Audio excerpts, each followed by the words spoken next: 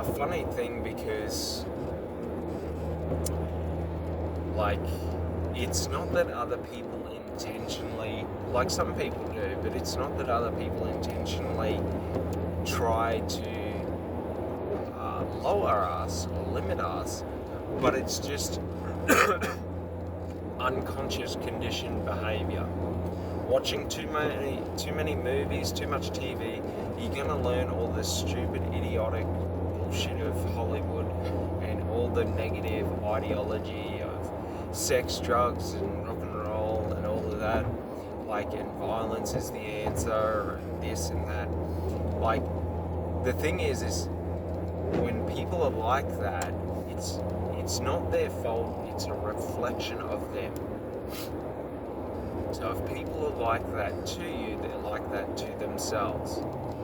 So you can forgive them because they don't even realize how much they're destroying themselves.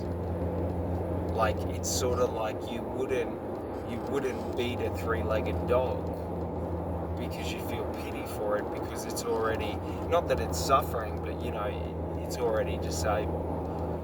Like, we have these natural tendencies in our inherent being to, when people are weaker or more disabled than us, we tend to want to, nurture and protect them. And you can see this with, like, for example, if you take like Down syndrome and stuff like that, like, people are rarely ever judgmental or mean. You've got to be a very low person to be judgmental or mean to someone with, Down syndrome or anything like that. So, like, we got to understand that, like, a lot of the times we focus on the ones who do negatively, affect, like, let's say, people that do judge people with Down syndrome. Like, we focus too much on them, and they're such a small minority, when in fact, 9.5 out of 10 people are probably going to be nice, say hello, try and make that person feel great. So we got to understand that, like, we want to give pity, well, not pity, but, like, we don't want to judge people through the lens of, like, fear when they negatively act towards us, because, like, it's nothing for us to fear. They're the ones who should be in fear, because they're the ones who are basically blinding themselves to the damage that they do and pretending like they're the victim. So, you know what I mean? They're always playing the victim in their mind. They are forever the eternal victim. Life happens to them. Everything's coming down on them. When bad things happen, it just is because they can't have nice things. They can't, do this and that. So you don't even have to do or say anything to other people, because they will do it to themselves. And this is the conscious and the subconscious mind. When we identify ourselves as being our conscious mind or our subconscious mind, we become a victim to it, because if I am my Father's son, then I inherently am him. So, like, whatever I identify as giving me, like, my identity becomes the source, the only source of my identity. So if I create my identity in ego, my ego is the source of my identity. If you attack my ego, you destroy me. Do you sort of get it?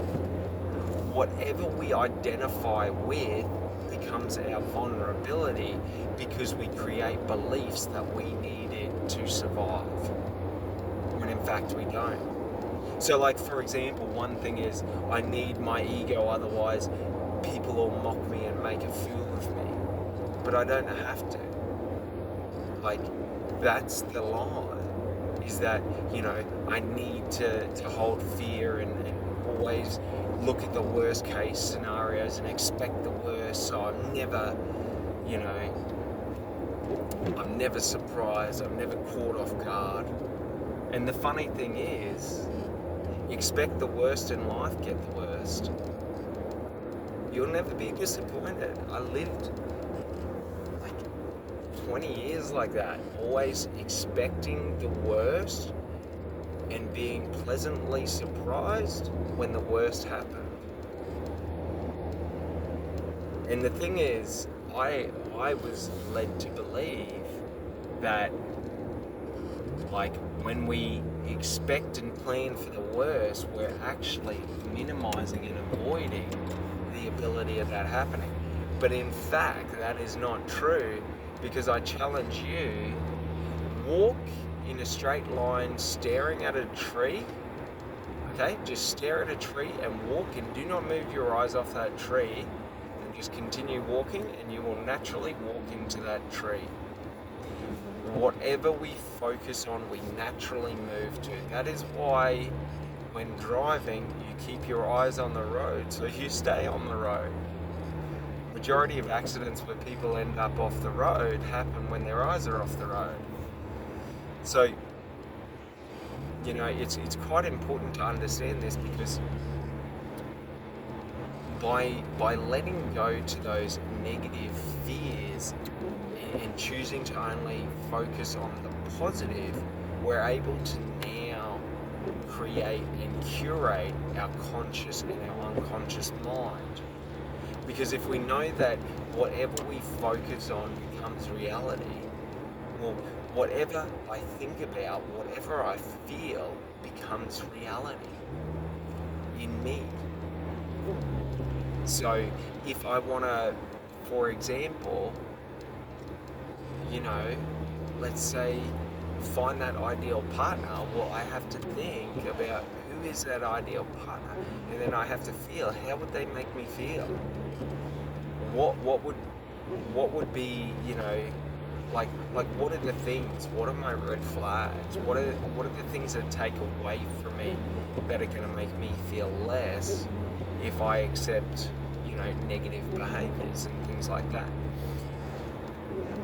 And it's like, it's very important, because once we start to understand this, and then we cross it into every aspect of life, all we realize is the more I care about my life and how I am in life and what I do and doing things to the best of my abilities, the better my life is going to be. That's the secret. The more I care about finding, you know, like a great love or something like that, or an ideal partner, the more I'm going to not accept second best, but also to, like, be able to identify and understand what am I looking for. Because so many times we want things in life and we know what we want by a vague description. For example, let's say I want to be a millionaire.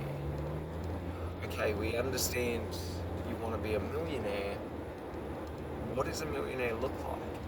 What is the weekly income of a millionaire? You know, what is the daily work habits? What is this? What is this? What is the spending habits? What is their credit habits? Like, there's all these additional layers that we're sort of overlooking. So we've got this very, very, and think of it like this: if we had a Picasso painting on one side, and then we had a stick figure drawing with some nice lipstick on the other side, okay? They're both art, but one of them is more intrinsically detailed and well thought out, and, you know, it's layer upon layer upon layer, and the other one is a stick figure drawn with lipstick. You know what I mean? Like, art is subjective, but, like, it's the attention and the care that Picasso put in that made his works so famously artistic. so creative. And it's really an important thing when we understand this, because for so much of life we feel not intimidated, but we feel discouraged from putting in effort and caring. And when we don't care about our you know our conscious and our subconscious mind and our thought patterns, what happens is we don't look after it. If I don't care about my car, I don't want to service it. If I care about my car, I want it to run pristine, you know? So it's sort of like, if I don't care about this relationship, I'm not going to invest into it. If I care about this relationship, I'll invest whatever it takes. So an important thing to understand, especially in dating and relationships, if they don't care, you've got to accept it as them not caring. So when people play games and they try and act like they're not that into you and all of this stuff, treat them exactly as they behave.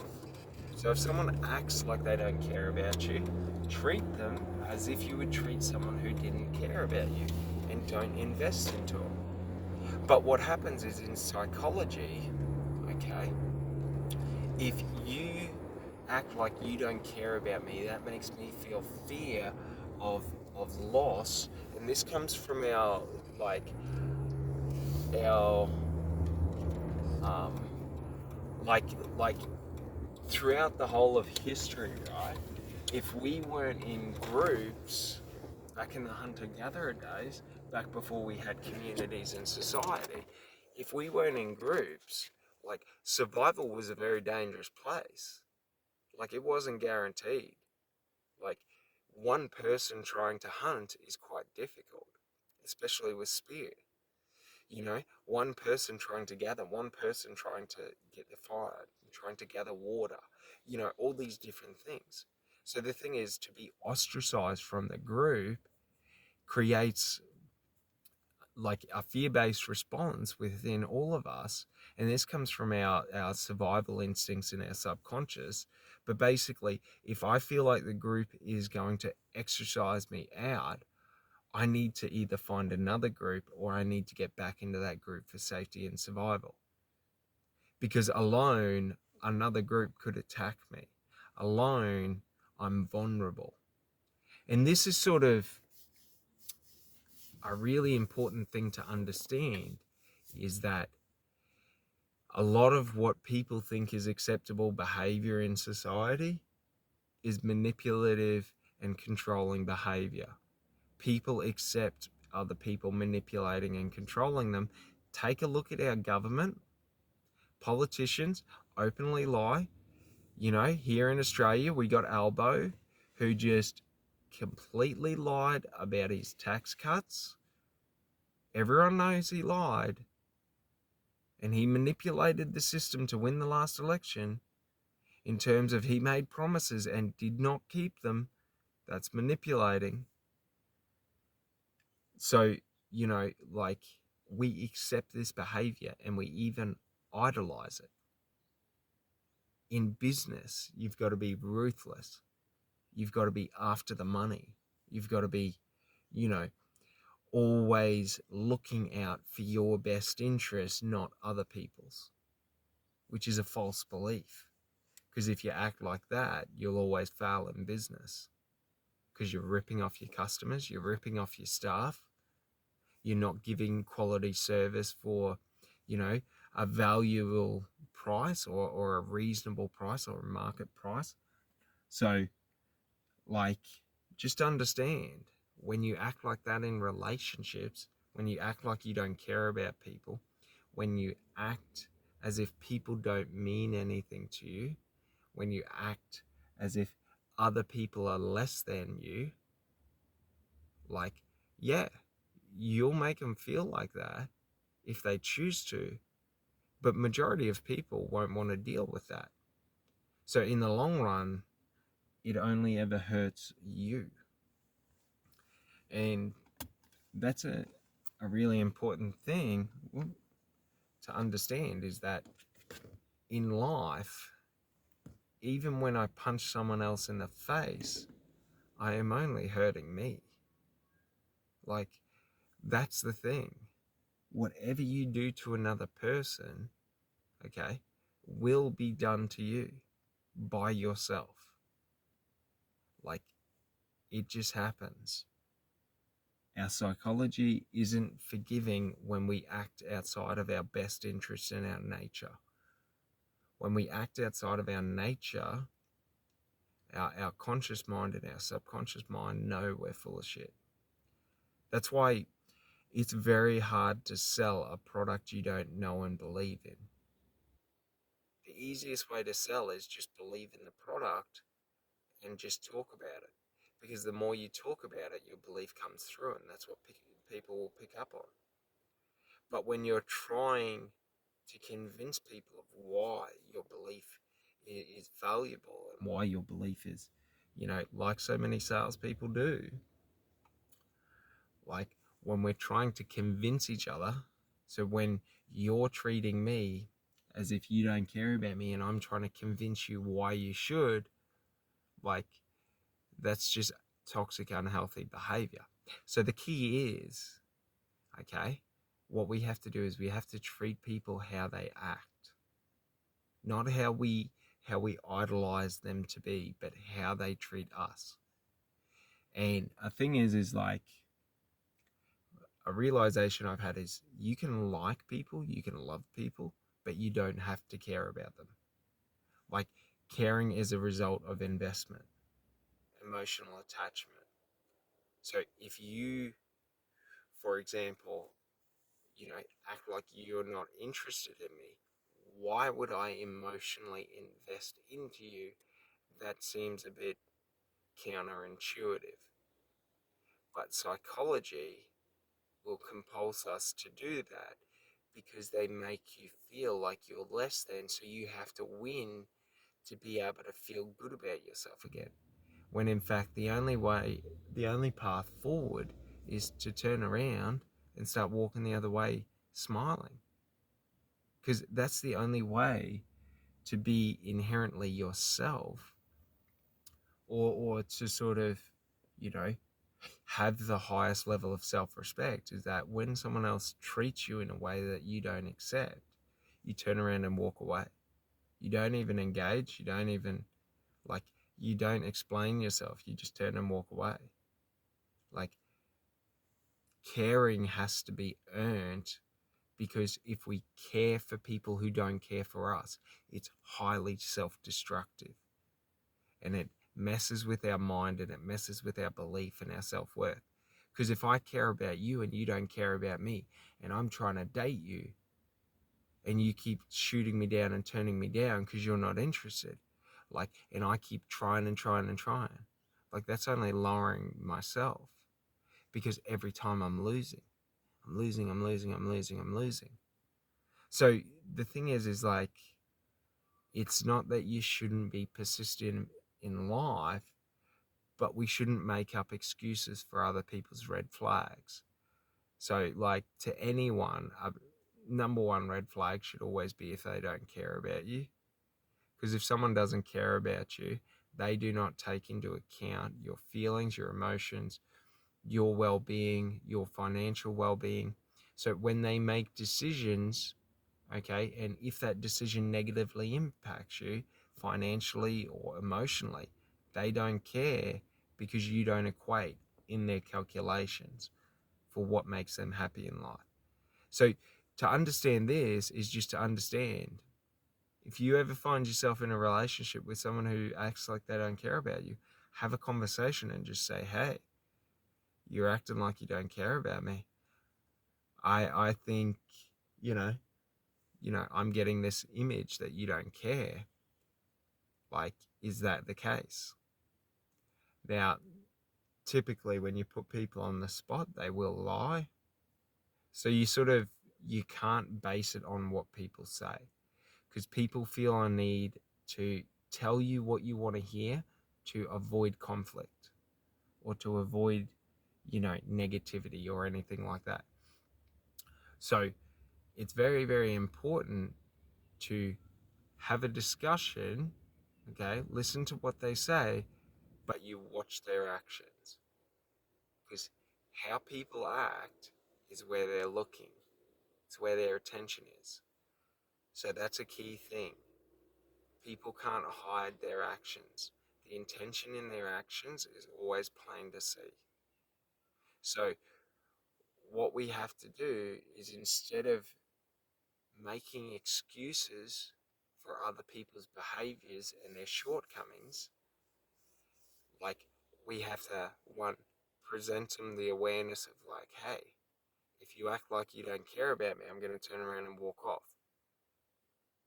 And then we give them the opportunity to adjust and change their behavior, and we watch the actions that they take. And then if the actions aren't taken, we turn around and walk away. Like we don't make excuses. It's not like, oh, I'll give them this time. It's not like, oh, maybe this time will be different.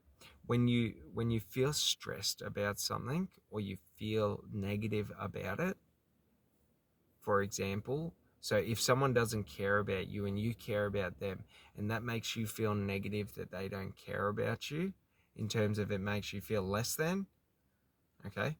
Every time you you act in that way or you perform those behaviors, you lower yourself and you lower yourself, right? But also you try and adjust and change who you are to try and appease them. You keep trying on new masks, hoping that one day you'll get the right one.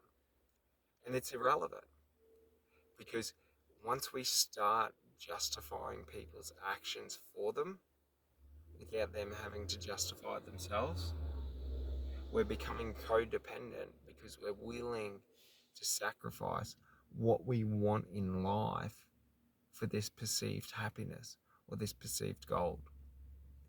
And that's not a good thing to do because that's only ever going to limit and lower yourself in the coming years, the coming weeks. It'll teach you all negative behaviors, and then basically, and this is why, like, over time, in relationships, the male or the female may start to become, hyper aggressive and more agitated and things like that, and more snarky. And it's because of sitting in negative environments. So if I allow you to act negatively towards me, I am teaching you that that behavior is acceptable. So you will always seek to push the limits to see how far you can go with me and how far you can push me. Just to the same, if I'm always setting boundaries, you know exactly where to walk. So there's like this sort of, not a saying, but with horses, right? You don't want to lead a horse with a loose, like, rope, or I think it might be a straddle, I don't know. But basically, you don't want to lead a horse with a or even a dog with a loose strap or a loose lead, because the thing is having that tension and that tightness gives comfort. In relationships, having clear, defined boundaries gives comfort. You know what I mean? So I don't have to push your boundaries. I know your boundaries. You know what I mean? So clearly defining boundaries, okay, gives more comfort in a relationship, more stability. Having no boundaries in trying to appease and do whatever other people want creates more volatility and more chaos because people start acting outside of themselves. So, like, you can see it in classrooms with students when you have a teacher that captures the attention and respect of the students and a teacher that doesn't. And typically the teacher that captures the respect and the like attention of the students is the highly sort of structured teacher. You know what I mean? The one that has every moment sort of, there's no loose time. So it's not that it's sort of like read this, read this, read this. It might be they read a bit and then it goes straight into a discussion. And then it goes, into questions, and then it goes back into reading.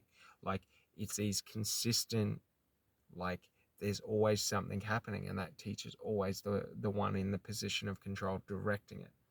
Whereas if the teacher's just quietly there letting them read, the kids will start to become more chaotic and start acting out. So it's important to see that the onus isn't on the children to have the discipline for the environment. The onus is on the teacher to sort of set the tempo and control the environment for maximum discipline. You know what I mean? So the more engaged people are, the more disciplined they are. Because when you're engaged, you're listening. Like, when you're engaged, you know what to do, what needs to be done. But all right, well, that'll finish off this one, and I hope you have a great day, and I'll talk to you later. Bye.